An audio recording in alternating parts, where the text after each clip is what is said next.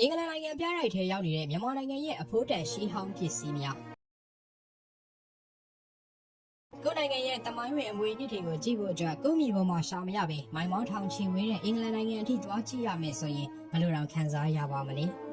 ဗြိတိရှပြတိုက်ကြီးထဲမှာမြန်မာနိုင်ငံသားတွေတမ်းမိုးထားရတဲ့မြန်မာပြည်မှာတော့မရှိတော့တဲ့အဖိုးမဖြတ်နိုင်တဲ့ရှီးဟောင်းမြန်မာလက်ရာအမွေအနှစ်တွေအများအများရှိလို့နေပါတယ်ကိုလိုနီခေတ်ကလေးကပါသွားတဲ့ဒီရတနာတွေဟာမြန်မာယဉ်ကျေးမှုရဲ့အထွတ်အထိပ်တွေကိုပြသနေတာပါ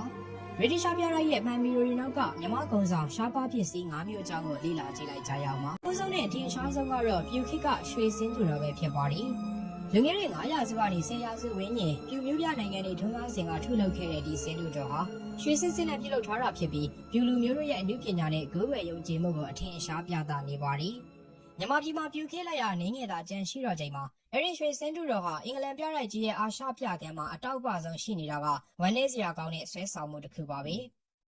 ဒုတိယတစ်ခုကတော့ဂုံးမောင်ခေမင်းသုံးတော်ဝင်ရွှေပင်လွာပဲဖြစ်ပါတယ်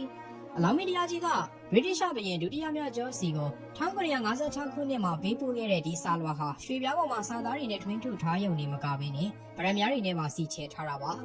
မြန်မာတန်တမန်သမိုင်းမှာအရေးပါဆုံးလို့သတ်မှတ်ရမယ့်ဒီရွှေပေလွာဟာလန်ဒန်မြို့ကပြတိုက်ထဲမှာသမိုင်းဝင်မှတ်တမ်းတစ်ခုအနေနဲ့ဒီကနေ့အထိတည်ရှိလို့နေပါတယ်။တတိယမြောက်ကတော့ပကံခိမြေပုံသောဖျားဆင်းသူတော်များပဲဖြစ်ပါတယ်။ပကံခိကဖျားကျောင်းကန်ရဲ့နေရာတွေမှာကတ်လူခဲ့တဲ့ဇက်ဒေါ်လာရုပ်ကြွမြေပုံတွေဟာမြန်မာပကံဗီတုကာရဲ့ပြရုပ်တွေပါပဲ။အဲဒီကနေပြီးတော့အကောင်းဆုံးနဲ့အပြည့်စုံဆုံးလက်ရာအချို့ကိုဗြိတိရှပြတိုက်မှာစနစ်တကျပြသထားတာကိုတွေ့ရမှာပါ။ကိုမြေပုံမှာတော့ရှီးဟောင်းမွေနှစ်တွေကရာသီဥတုတန်ကြောင့်ပြည့်စည်နေပေမဲ့လန်ဒန်မှာတော့ဒီလက်ရာတွေကိုအသေးတိုင်းတောက်ပနေစေမြင်တွေ့ရမှာဖြစ်ပါတယ်။စတော့ထောက်ပြပြောပြချင်တာကတော့ရှီးဟောင်းငွေဒင်းကားပြတွေပါ။အထူးသဖြင့်ဝေတာလီခင်းနဲ့ပြူခိကသုံးဆွဲခဲ့တဲ့ခယူသင်းပေါ်တေရီဝစ်ဆပုံပါတဲ့ငွေဒင်းကားတွေဟာမြန်မာစီးပွားရေးသမိုင်းကိုဖော်ပြနေတာပါ။ဒီဒင်းကားပြတွေဟာကမ္ဘာရှီးဟောင်းငွေကြေးလောကမှာအလွန်ကမအရေးပါတာဖြစ်ပြီးရှားပါပြီးတော့တန်ဖိုးလဲကြီးလွန်လာပါတယ်။မြန်မာပြည်မှာတော့အစုံလင်ရှာဖွေဖို့အတွက်ခက်ခဲပြီးလုံးဝမရှိတော့တဲ့လောက်နေသွားပြီမယ်။ဗြိတိရှပြတိုက်ရဲ့ငွေကြေးပြခန်းမှာတော့မြန်မာသမိုင်းရဲ့အစအနတွေကိုအထင်ရှားတွေ့မြင်နိုင်ပါတယ်။နောက်ဆုံး၅ခုမြောက်ကတော့ကုန်းမောင်ခင်နောင်ရဲ့လက်မှုအမှုပညာပစ္စည်းပဲဖြစ်ပါတယ်။ဒီဘုံမင်းလက်ထက်ကအသုံးပြုခဲ့တဲ့အမှန်စီရွှေချလက်ရာတွေစင်စွယ်ထွင်းလက်ရာတွေနဲ့တော်ဝင်နန်းသောအဆောင်အယောင်တွေဟာကမ္ဘာမှာတစ်ခုတည်းသောလက်ရာတွေအဖြစ်ပြတိုက်ထဲမှာပြသထားတာဖြစ်ပါတယ်။ဒီပစ္စည်းတွေဟာမြန်မာနောက်ဆုံးမင်းဆက်ရဲ့ခန္ဓာမှုနဲ့အနုပညာအစဉ်တန်းကိုပြသနေတဲ့တတ်သိတွေပါပဲ။စိတ်မကောင်းစရာကောင်းတာဆိုတော့ကျွန်တော်တို့မြန်မာနိုင်ငံမှာအဲ့ဒီအမွေနှစ်ပစ္စည်းတွေမရှိတော့တာပါ။အခုပြောပြခဲ့တဲ့ရတနာပစ္စည်းတွေအပါအဝင်နောက်ထပ်အမျိုးအစားပေါင်းများများစွာလည်းကျန်ရှိနေပါသေးတယ်။